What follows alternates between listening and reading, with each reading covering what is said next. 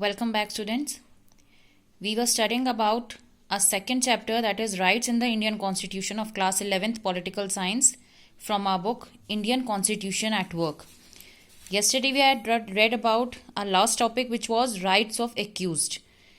कि जो एक्यूज्ड होते हैं, जो दोषी होते हैं, उनके लिए भी कॉन्स्टिट्यूशन में 3 उनको अधिकार दिए हुए हैं, 3 राइट्स उन्हें दिए हुए हैं. What are they? No person would be punished for the same offence more than once. No law shall declare any action as illegal from a back date, and no person shall be asked to give evidence against himself or herself. कि अगर किसी इंसान ने गलती करी है और उसको पनिशमेंट ऑलरेडी मिल चुकी है, he won't be punished for the same offense again and again.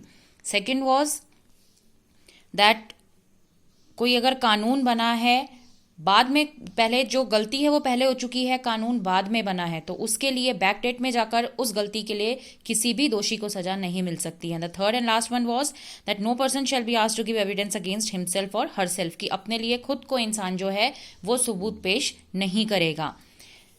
So our next topic is right against exploitation. One such form of exploitation in our country has been beggar or forced labor without payment. तो हमारी country में वो कह रहे हैं सबसे बड़ा exploitation क्या है कि किसी को फोर्सली काम करवाना, मजदूरी करवाना और उसको पेमेंट ना देना. This we had read in the starting of this lesson, जो उन्होंने केस बताया था कि जिसमें जो मजदूर थे when they constructed a building, they were not paid actual wages which they were to. तो यहाँ वो यही कह रहे हैं कि ये है exploitation which is still going on in our country. Another closely related form of exploitation is buying and selling of human beings and using them as slaves. कि इंसानों को बेचना, खरीदना, ह्यूमन ट्रैफिकिंग जो होती है, और साथ ही साथ उनको गुलाम बनाकर रखना. Both of these are prohibited under the Constitution. Forced labor was imposed by landlords, money lenders and other wealthy persons in the past. तो पुराने ज़माने में जो ज़मींदार लोग होते थे, लैंडलॉर्ड्स थे, मनी लेंडर्स थे, वो जो है इस तरह के काम करते थे. And these kinds of actions are prohibited in our Constitution. The Constitution also forbids employment of children below the age of 14 years. तो Constitution और क्या करता है, इसने forbid किया है the employment of children, those who are below the age of 14 years, in dangerous jobs like factories and mines. So they are not allowed to work in factories or mines which are harmful for their health. साथ ही साथ क्या है, child labour जो है it has become now illegal. साथ में अब एक राइट और कौन सा आया है, राइट टू एजुकेशन, जो कि बहुत ज़्यादा इंपॉर्टेंट फंडामेंटल राइट है फॉर चिल्ड्रन. सो इसकी वजह से जो ये राइट अगेंस्ट एक्सप्लॉयटेशन है, it has become more meaningful. Next is right to freedom of religion. Right to freedom of religion as a topic indicates itself कि हमारा जो कॉन्स्टिट्यूशन है उसके अकॉर्डिंग जो है कोई भी किसी भी तरह के रिलीजन को फॉलो कर सकता है according to his or her choice. This freedom is considered as a hallmark democracy. So our country India is a democratic country. Each and every one is allowed to follow any kind of religion which he or she wants. They are not bound by anyone to follow a particular religion. Next is freedom of faith and worship. In India, everyone is free to choose a religion and practice that religion. Freedom of religion also includes the freedom of conscience. This means that a person may choose any religion or may choose not to follow any religion. So in our country, everyone is free to choose any kind of religion. So that is why they are saying that any person in our country can choose any kind of religion which he or she wants. And if they want, they cannot even follow any religion. अगर वो नहीं चाहते हैं तो वो किसी religion को follow नहीं भी करेंगे, उन्हें किसी भी तरह की कोई भी परेशानी नहीं होगी. They are not forced to follow any kind of religion. तो वो किसी भी तरह की जो रिलीजन है उसको फॉलो कर सकते हैं, कोई भी पूजा कर सकते हैं. उनकी किसी भी पूजा में जो गवर्नमेंट है वो किसी भी तरह से इंटरफेरेंस नहीं कर सकती है, ना ही उन्हें मना कर सकती है कि तुमने ये फॉलोइंग जो रिलीजन है उसको फॉलो नहीं करना है. हालांकि वो कह रहे हैं कि पहले के टाइम पे कुछ ऐसे प्रैक्टिसेस होती थी, जैसे सती प्रथा है या फिर ह्यूमन सेक्रीफाइसेस हैं, ये हुआ करते थे. इन चीज़ों के लिए जो है जो गवर्नमेंट है वो बीच में आके इंटरफेरेंस कर सकती है in right to freedom of religion. कि अगर कोई इस तरह के प्रैक्टिसेस को अभी भी फॉलो कर रहा है, ये प्रथाएं आज भी कहीं हैं, तो गवर्नमेंट इनमें आकर इंटरफेरेंस कर सकती है. Next is equality of all religions. Being a country which is home to several religions, it is necessary that the government must extend equal treatment to different religions. तो equality of all religions means कि हर कोई जो है equal है, तो government है उसको ये ध्यान देना पड़ेगा कि equal treatment दिया जाना चाहिए, चाहे वो किसी भी religion का है. It means that government will not favor any particular religion. India does not have any official religion. तो इंडिया की कोई एक official religion नहीं है जिसके करके जो गवर्नमेंट है वो किसी एक religion को, particular religion को favor नहीं कर सकती है. So each and everyone is equal in the eye of government. Next is cultural and educational rights means हर किसी के पास ये अधिकार है कि वो अपने लोगों को या वो एजुकेशन हासिल कर सकें। तो हमारी कंट्री में भी जो हैं, जो मदरसे वगैरह हैं या फिर अपने रिलीजन के अकॉर्डिंग कोई भी जो है वो बच्चों के लिए स्कूल खोल सकते हैं, उनको एजुकेशन प्रोवाइड कर सकते हैं। They have a right to provide education to each and every one around them. तो इसके लिए वो कह रहे हैं कि एजुकेशनल राइट्स हर किसी के पास है। इसी के लिए कि जो रिलीजन्स है, कोई पर्टिकुलर सेक्शन है किसी रिलीजन का हमारी कंट्री में, चाहे वो कोई भी है, चाहे माइनॉरिटीज है, चाहे लिंग्विस्टिक है, लेकिन they can set up their own educational institutions. Next is right to constitutional remedies. अब जो ये राइट टू कॉन्स्टिट्यूशनल रेमेडीज वाला पॉइंट है, इसके लिए का क्या है, जो डॉक्टर भीमराव अंबेडकर थे, उन्होंने इस राइट को क्या माना है, he has considered the right to constitutional remedies as heart and soul of the constitution. Constitution का हार्ट और सोल माना है। Why? Because this right gives a citizen the right to approach a high court or the supreme court to get any of the fundamental rights restored in case of their violation. कि इंसान जो है, जो human being है या जो फिर आम आदमी है, उनके पास क्या अधिकार है कि वो अपने अधिकारों को लेकर हाई कोर्ट या सुप्रीम कोर्ट के पास जा सकते हैं। अगर उन्हें ऐसा लग रहा है कि उनके जो फंडामेंटल राइट्स हैं उनको ब्रीच किया जा रहा है, इन्फ्रिंज किया जा रहा है, तो वो हाई कोर्ट या सुप्रीम कोर्ट में जा सकते हैं, पेटिशन फाइल कर सकते हैं। The courts can issue various special orders known as writs. जो कोर्ट है वो एक स्पेशल ऑर्डर जो है वो कर सकती है, जिसको क्या कहा जाता है, रिट कहा जाता है। कि अगर इन्फ्रिंजमेंट किए जा रहे हैं लोगों के राइट्स, तो जो हाई कोर्ट या सुप्रीम कोर्ट है वो एक रिट जारी करवा सकते हैं, एक स्पेशल ऑर्डर उन अथॉरिटीज के खिलाफ, उन अथॉरिटीज के अगेंस्ट जिन्होंने राइट्स को ब्रीच किया है। So the first one in the writ is habeas corpus. A writ of habeas corpus means that the court orders that the arrested person should be presented before it. It can also order to set free an arrested person if the manner or grounds of arrest are not lawful or satisfactory.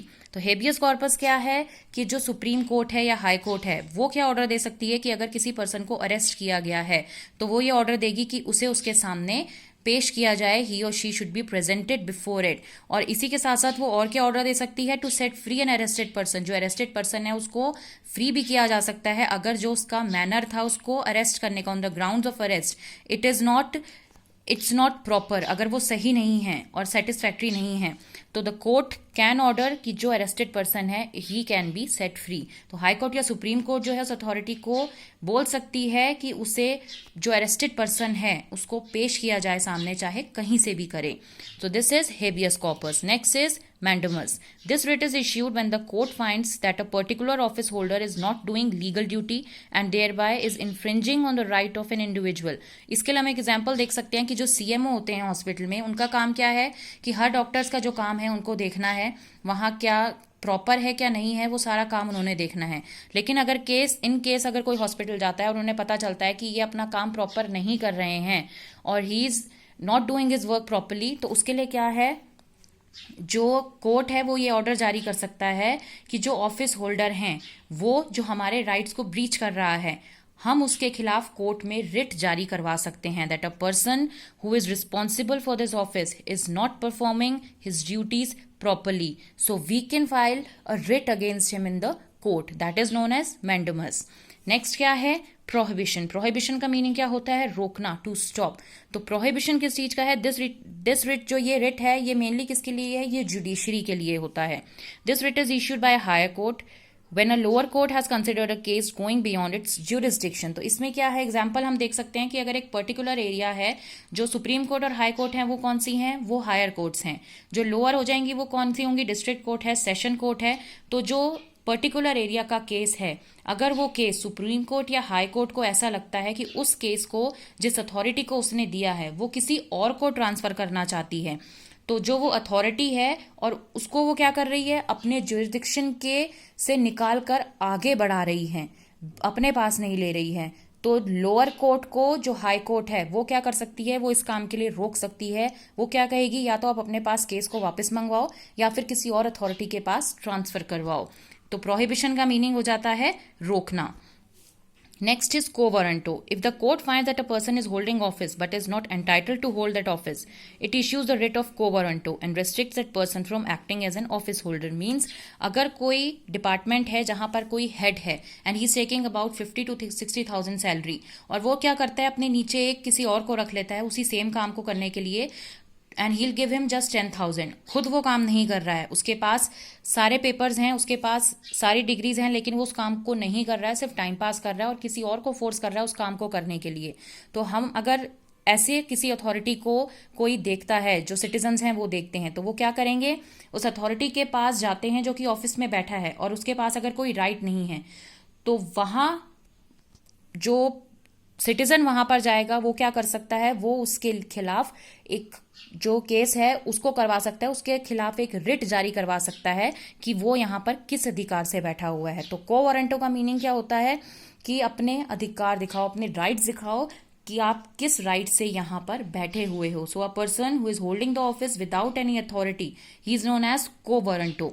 या फिर अगर कोई capable नहीं है उस काम को करने के लिए और वो वहां पर आकर बैठ गया है without any paper work, without anything, तो उसके खिलाफ भी रिट जारी करवा सकते हैं. Next is certiorari. Under this writ, the court orders a lower court or another authority to transfer a matter pending before it to the higher authority or court. Certiorari writ में क्या है, इस writ के अंदर क्या है कि जो कोर्ट है वो ऑर्डर करता है लोअर कोर्ट को या फिर किसी और अथॉरिटी को कि उसके पास जितने भी मैटर पेंडिंग हैं वो उनको हायर अथॉरिटी को, हायर कोर्ट को आगे ट्रांसफर कर सकता है. So these were the writs which had come under the topic right to constitutional remedies. Now our next topic is National Human Rights Commission, which is known as NHRC.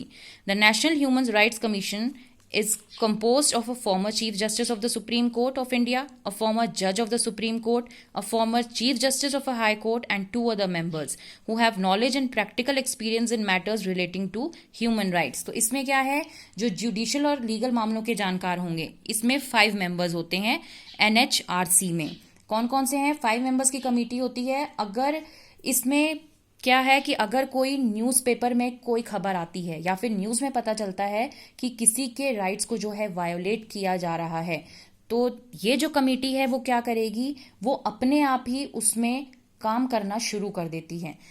This committee can issue a notice, वो देख सकती है कि क्या काम हो रहा है, किस तरह से उनके राइट्स को वायोलेट किया गया है. तो ये कमेटी उन्होंने एक बनाई है जिसमें जो है फॉर्मर चीफ जस्टिस होते हैं सुप्रीम कोर्ट के इंडिया के, फॉर्मर जज होते हैं सुप्रीम कोर्ट के, फॉर्मर चीफ जस्टिस हैं ऑफ हाई कोर्ट, और 2 बाकी के मेंबर्स हैं जिनको किस चीज़ की नॉलेज होती है, practical experience in matters relating to human rights. तो अगर कहीं पर किसी के वायोलेशन, किसी के राइट्स के साथ वायोलेशन किया जा रहा है तो ये कमेटी जो है उसमें खुद ब खुद काम करना शुरू कर देती है and finds out why are the rights of a person are being violated. So this was NHRC, National Human Rights Commission.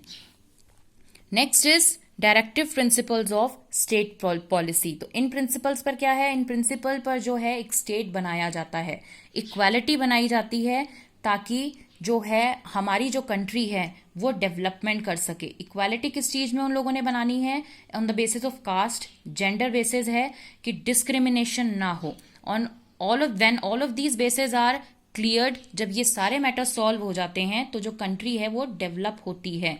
उसके साथ साथ क्या होता है, पीस एस्टैब्लिश होता है. तो इस तरह के जो प्रिंसिपल्स दिए गए हैं, on these principles a country, a nation has to make its policy. ये लीगली एनफोर्सेबल नहीं है, इनकी कुछ गाइडलाइंस भी होती हैं. Some guidelines were incorporated in the constitution but they were not made legally enforceable. तो कुछ गाइडलाइंस दी गई थी कॉन्स्टिट्यूशन में, so they are not legally enforceable. This means that if a government did not implement a particular guideline, we cannot go to the court asking the court to instruct the government to implement that policy. हमें इसका मतलब क्या है कि अगर कोई government जो है it is not implementing a particular guideline, वो किसी पर्टिकुलर गाइडलाइन को इम्प्लीमेंट नहीं कर रही है, लागू नहीं कर रही है, तो हम क्या है, हम लोग we cannot go to the court, हम कोर्ट नहीं जा सकते हैं कोर्ट को ये बोलने के लिए कि आप गवर्नमेंट को इंस्ट्रक्शंस दो कि वो इस पॉलिसी को इम्प्लीमेंट करे. हम ये नहीं कर सकते हैं. Thus, these guidelines are non-justiciable. That is, parts of the constitution that cannot be enforced by the judiciary. Constitution का वो पार्ट जिसको कि जबरदस्ती जो है कॉन्स्टिट्यूशन जो है एनफोर्स नहीं कर सकता है, it cannot be enforce by the judiciary. ये वो पार्ट्स हैं कॉन्स्टिट्यूशन के जिनको जुडिशरी जबरदस्ती एनफोर्स नहीं कर सकती है. They expected that the people would also hold the governments responsible for implementing these directives. तो क्या है, those who framed our constitution, जिन्होंने हमारे constitution का frame किया था, उन्होंने क्या सोचा था कि moral force behind these guidelines would ensure that the government would take them seriously. But क्या हुआ, दे expected that the people would also hold the government responsible for implementing these directives. So a separate list of policy guidelines is included in the constitution. The list of these guidelines is called the directive principles of state policy. तो जिन्होंने constitution frame किया था उनको क्या लगा कि अगर जो लोग हैं वो क्या करेंगे, गवर्नमेंट को कहीं ना कहीं जिम्मेवार मानेंगे कि वो क्यों इस तरह के काम नहीं कर रही हैं, क्यों वो लोगों को फोर्स नहीं कर रही हैं, गवर्नमेंट को seriously would ensure that the government would take them seriously, कि गवर्नमेंट जो है इन सारे कामों को सीरियसली ले. Besides they expected that the people would also hold the government. तो गवर्नमेंट भी इस काम को सीरियसली नहीं लेगी और साथ ही साथ जो लोग हैं वो भी इन कामों के लिए गवर्नमेंट को रिस्पॉन्सिबल ठहराएंगे. तो उन्होंने क्या किया, for implementing these directives, so a separate list of policy guidelines is included. तो एक सेपरेट लिस्ट बनी है पॉलिसी गाइडलाइंस की कॉन्स्टिट्यूशन में, और इसी गाइडलाइन को क्या कहा जाता है, directive principles of state policy. कि कुछ रूल्स बना दिए गए लेकिन उनको क्या है, एनफोर्स नहीं किया गया. तो जिन्होंने कॉन्स्टिट्यूशन फ्रेम करी उन्होंने क्या सोचा कि इसके पीछे मोरल फोर्स क्या रहेगा, गाइडलाइंस के पीछे, कि गवर्नमेंट जो है वो इनको सीरियसली ले. लेकिन साथ ही साथ क्या था, जो लोग हैं वो भी एक्सपेक्ट करेंगे कि जो गवर्नमेंट है वो रिस्पॉन्सिबली इन चीज को ले और इनको जबरदस्ती जो है इम्प्लीमेंट करे. तो इसके लिए एक अलग से गाइडलाइंस बना दी गई. तो इस गाइडलाइंस में जितने भी रूल्स हैं, जितने भी जो उन्होंने लिस्ट दे रखी है, उसको क्या कहा जाता है, directive principles of state policy. What do the directive principles contain? The goals and objectives that we as a society should adopt. तो डायरेक्टिव प्रिंसिपल्स में क्या क्या चीजें हैं, वो गोल्स, वो ऑब्जेक्टिव्स जो कि हम एज अ सोसाइटी, समाज का हिस्सा होने के नाते जो है हम जो चीजें अडॉप्ट कर सकते हैं, वो जो है डायरेक्टिव प्रिंसिपल्स अपने अंदर इंक्लूड करती है. Certain rights that individuals should enjoy apart from the fundamental rights. अब कुछ ऐसे अधिकार जो कि कोई इंडिविजुअल फंडामेंटल राइट्स के अलावा भी कुछ ऐसे राइट्स हैं जिनको एक इंडिविजुअल जिनको एंजॉय कर सकता है, वो चीजें भी किसमें कंटेन होती हैं, डायरेक्टिव प्रिंसिपल्स में. Certain policies that the government should adopt. कुछ ऐसी पॉलिसीज जिन्हें कि गवर्नमेंट को अडॉप्ट करना चाहिए, they also come under the directive principles. तो ये वो चीजें कह रहे हैं कि डायरेक्टिव प्रिंसिपल्स के अंदर क्या क्या चीजें होती हैं, वो इन्होंने ये 3 पॉइंट्स दे रखे हैं. Now next is directive principles में क्या क्या आता है. फर्स्ट क्या है, goals, welfare of the people, social, economic and political justice. अब डायरेक्टिव प्रिंसिपल्स उन्होंने हमें पीछे शॉर्ट में दिया है, लेकिन यहाँ वो क्या कह रहे हैं, गोल्स क्या हैं डायरेक्टिव प्रिंसिपल्स के, कि जो लोग हैं उनका वेलफेयर हो लोगों का, सोशल, इकोनॉमिक और पॉलिटिकल हर तरह से, और उनको क्या है, जस्टिस भी मिले इन तीनों चीजों में. Raising the standard of living, equitable distribution of resources. तो लोगों का जो स्टैंडर्ड ऑफ लिविंग है उसको इंक्रीज करना है, उसको रेज करना है, और साथ ही किस चीज का, जितने भी रिसोर्सेज हैं उन सबका इक्वल डिस्ट्रीब्यूशन हो, हर किसी के बीच में इनइक्वालिटी ना हो. प्रमोशन ऑफ इंटरनेशनल पीस, साथ ही साथ क्या चीज हो, इंटरनेशनल पीस को भी जो है डायरेक्टिव प्रिंसिपल्स प्रमोट करता है. ये उसके गोल्स हैं. अब उसकी पॉलिसीज क्या क्या हैं, uniform civil code, prohibition of consumption of alcoholic liquor. अब पॉलिसीज की क्या है कि प्रोहिबिट करना है किस चीज का, एल्कोहलिक लिक्वर जो है उसको कंज्यूम जो करते हैं उसको प्रोहिबिट करना है. प्रमोशन ऑफ कॉटेज इंडस्ट्रीज, की जो कॉटेज इंडस्ट्रीज हैं उनका भी प्रमोशन करना है.